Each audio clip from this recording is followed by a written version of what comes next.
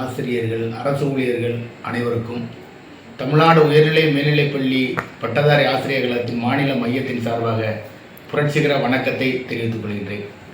தமிழ்நாடு முழுவதும் 10ஆம் தேதியிலிருந்து ஒரு எழுச்சிமிகு பிரச்சாரம், வேலைநிறுத்த பிரச்சாரம் மிகச்சிறப்பாக நடைபெற்று கொண்டிருக்கின்றது. இந்த பிரச்சாரத்தை தமிழ்நாடு முழுவதும் பார்க்கும் பொழுது எதிர்வரும் 18/11/2025 நடைபெறும் ஒரு நாள் வேலை நிறுத்தம் மிகச்சிறப்பாக 100% வெற்றி பெறும் என்பதில் மாற்று கருத்தில்லை. நண்பர்களே, இந்த போராட்டம் என்பது நம்முடைய காலத்தின் கட்டாயம். கோரிக்கையை வென்றெடுப்பதற்கு இந்த காலம் இல்லை என்றால் எந்த காலத்தில் வென்றெடுக்க முடியாது என்பதை நாம் உணர்ந்திருக்கின்றோம். அந்த அடிப்படையில் இன்றைக்கு நாம் பெற்றுக்கொண்டிருக்கூடிய ஒவ்வொரு உரிமைகளும், சலுகைகளும், குறிப்பாக மத்திய அரசுக்கான ஊதியத்தை நாம் பெற்றுக்கொண்டிருக்கின்றோம். அதே நேரத்தில் பல்வேறு விடுப்புகளை நாம் அனுபவித்துக் கொண்டிருக்கின்றோம். அதே நேரத்தில் விலைவாசி உயர்வுக்கு ஏற்றபடி அகவிலைப்படியை நாம் காலதாமதாக பெற்றாலும் பெற்றுக்கொண்டிருக்கின்றோம். இவை அனைத்துமே எதிர்காலத்தில், முன்னொரு காலத்தில் பல்வேறு தியாகங்கள் செய்த முன்னோர்கள், பல்வேறு சங்க தலைவர்கள் உயிர் தியாகம் செய்தும் கள போராட்டத்தில் அடிபட்டும் விதிபட்டும் நமக்காக வாங்கி கொடுத்த உரிமைகள். அதை பாதுகாக்கக்கூடிய கடமை நாம் அனைவருக்கும் உள்ளது. ஆனால் அதை தவற விட்டுவிட்டு இன்றைக்கு நாம் களத்தில் நின்று போராடி கொண்டிருக்கின்றோம். இன்னும் மீண்டும் அந்த இழந்த உரிமைகளை பெற முடியாததற்கு காரணம் ஒரு வீச்சான முழு வீச்சில் போராட்டத்தை நாம் இன்னும் களத்தில் இன்னும் போராடுவதே காரணமாக இருக்கும் என்பதை நாம் உணர வேண்டியிருக்கின்றது. நண்பர்களே, இன்றைக்கு ஒரு மிகப்பெரிய போராட்டத்தை இந்த காலத்தில், இந்த 2025 டிசம்பருக்குள் நாம் கோரிக்கை வென்றெடுக்க வேண்டிய கட்டாயத்தில் ஜாக்டோஜியோ பேரமைப்பு இருக்கின்றது. அது ஒவ்வொருவருக்கும் அந்த கடமையும் உணர்வும் மேலோங்கி இருக்க வேண்டிய கட்டாயத்தில் நாம் இருக்கின்றோம்.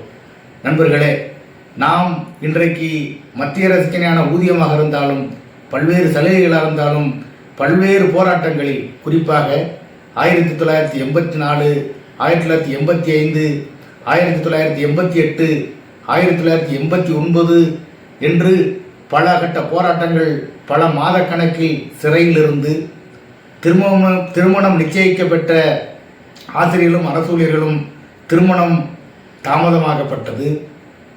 திருமணம் தாமதமாற்ற மட்டுமல்லாமல் சிறையில் இருக்கும்போது அவருடைய தாய் தந்தையர் இறந்தது. அதேபோல கர்ப்பிணி பெண்கள் சிறையில் குழந்தை பிறப்பு ஏற்பட்டது. அதே நேரத்தில் பல்வேறு தோழர்கள் சிறையில் நம்முடைய கோரிக்கைக்காக இறந்துதான் இன்றைக்கு நாம் இந்த உரிமைகளை பெற்றிருக்கின்றோம். நண்பர்களே, சேலம் கருப்பண்ணன் சிறையில் இறந்ததும், புதுக்கோட்டை சாரதா என்ற ஆசிரியர் சிறையில் இருந்ததும், இதுபோன்ற பல நூற்றுக்கணக்கான ஆசிரியர்கள் இறந்து நாம் இந்த உரிமைகளை பெற்றிருக்கின்றோம். இன்றைக்கு சங்கம் என்ன செய்தது, எனக்கு எதுவும் செய்யவில்லை, சங்கம் எதுவும் சரியில்லை என்று சொல்லுபவர்களுக்கு நான் ஒன்றை சுட்டிக்காட்ட விரும்புகின்றேன். நாம் இன்றைக்கு பெற்றுக்கொண்டிருக்கக்கூடிய அனைத்தும் சங்கத்தால் பெற்றது என்பதை நீங்கள் புரிந்து கொள்ள வேண்டும். நண்பர்களே, எதிர்வரும் 18ஆம் தேதி ஒரு நாள் வேலை நிறுத்தத்தை எவ்வளவு உணர்வுமிக்க போராட்டமாக, ஒன்றுபட்ட போராட்டமாக அனைத்து ஆசிரியர்களும் அரசு ஊழியர்களும் களத்தில் நின்று இந்த போராட்டத்தை நடத்தினால் ஒழிய இந்த கோரிக்கையை வென்றெடுக்க சாத்தியமில்லை.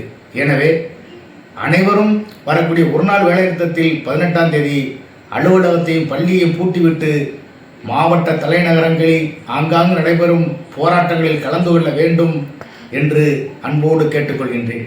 நண்பர்களே, போராட்ட வீச்சு, அளவு மாற்றம் ஒரு குணமாற்றத்தை இந்த அரசுக்கு ஏற்படுத்தும் என்பதில் பல்வேறு உதாரணங்கள் உண்டு.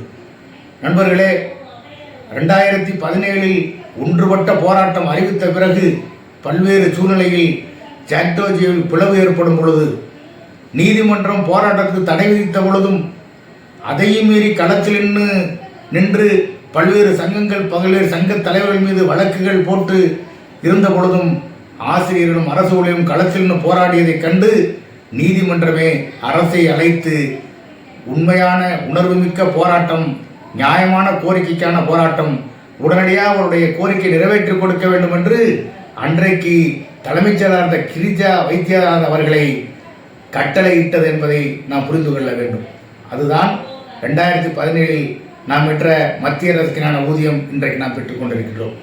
நண்பர்களே, அதே போல 2003 எஸ்மா டெஸ்மா என்று போட்டு ஒரே கையெழுத்தில் 1,76,000 பேரை டிஸ்மிஸ் செய்த முன்னாள் முதலமைச்சர் ஜெயலலிதா அவர்கள் காலத்தில் டிஸ்மிஸ் செய்தாலும் கூட கிட்டத்தட்ட 6 மாத காலம் பணி உத்தரவாதமே இல்லாமல் முற்றிலும் பணி நீக்கத்தில் இருந்த 999 பேரும் கடைசி வரை இருந்து அவர்கள் இன்றைக்கும் பணியிலிருந்து பல்வேறு பதவி உயர்வுகளும் பல்வேறு ஓய்வும் பெற்று போயிருக்கக்கூடிய ஊழியர்களும் ஆசிரியர்களும் இன்றைக்கும் இருக்கின்றார்கள்.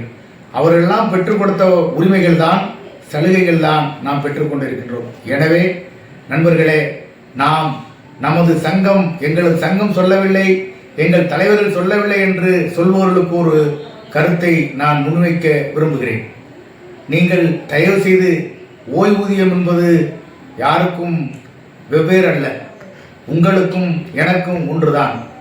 சங்கம் வேண்டுமானால் வேறு வேறாக இருக்கலாம், ஆனால் கோரிக்கை பொது என்பதை புரிந்து கொண்டு உங்கள் சங்கம் சொல்லவில்லை என்று சொன்னாலும், உங்கள் சங்க தலைவர்கள் சொல்லவில்லை என்று சொன்னாலும், நீங்கள் அந்த சங்கத்திற்கும் சங்க தலைவருக்கும் நாங்கள் இந்த கோரிக்கைக்கு செல்கின்றோம் என்று களத்துக்கு வாருங்கள். 18ஆம் தேதி மாலையே நமக்கு அந்த கோரிக்கையை வென்றெடுக்க அறிவிக்கக்கூடிய சூழ்நிலை இந்த அரசுக்கு ஏற்படும். இன்னைக்கு திமுக ஆட்சியில் இருந்தாலும், இன்னைக்கு திமுகவுக்கு ஆதரவானவர்களாக ஆசிரியர் அரசு ஊழியர் என்று பல்வேறு தரப்பு கூறினாலும் கூட திமுக கூட்டணி கட்சியில் இருக்கக்கூடிய அனைத்து கட்சிகளும் ஆசிரியர் அரசு ஊழியர் கோரிக்கைகளை நிறைவேற்ற வேண்டும் என்று வலியுறுத்திக் கொண்டிருக்கின்றது.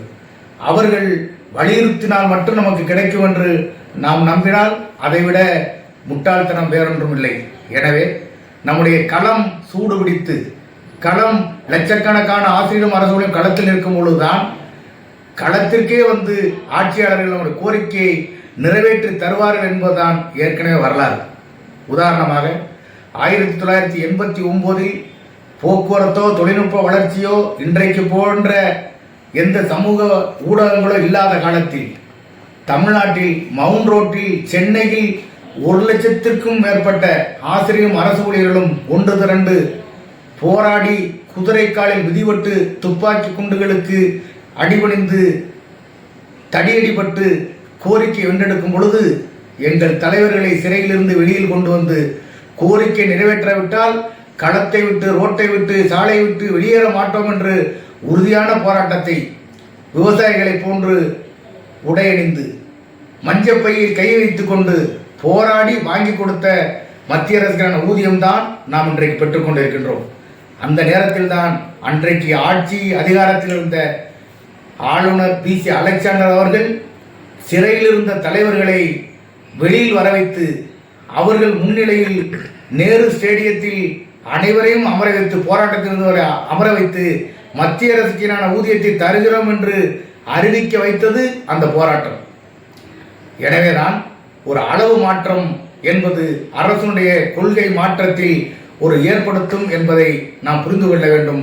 ஆசிரியரும் அரசு ஊழியர்களும் அறிவு சிறந்தவர்கள் என்பதை புரிந்து கொண்டு இதற்கு மேல் விளக்கம் சொல்வதற்கு வேறொன்றும் இல்லை என்பதையும் நான் தெரிவித்துக் கொண்டு, இந்த போராட்டத்தில் முழுவீச்சில் நீங்கள் எவ்வாறு கலந்து கொள்கிறீர்களோ அது 2 விதத்தில் வரலாற்றில் ஒரு பதிவை ஏற்படுத்தும்.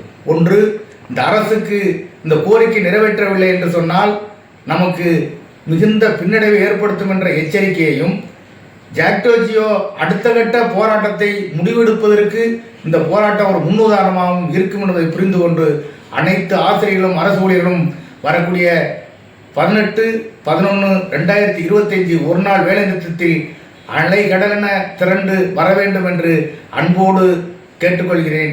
தமிழ்நாடு உயர்நிலை மேல்நிலைப்பள்ளி பட்டதாரி ஆசிரியர் கழகத்தின் மாநில பொதுச்செயலாளர் என்ற முறையில் கேட்டுக்கொள்கின்றேன். நன்றி, வணக்கம்.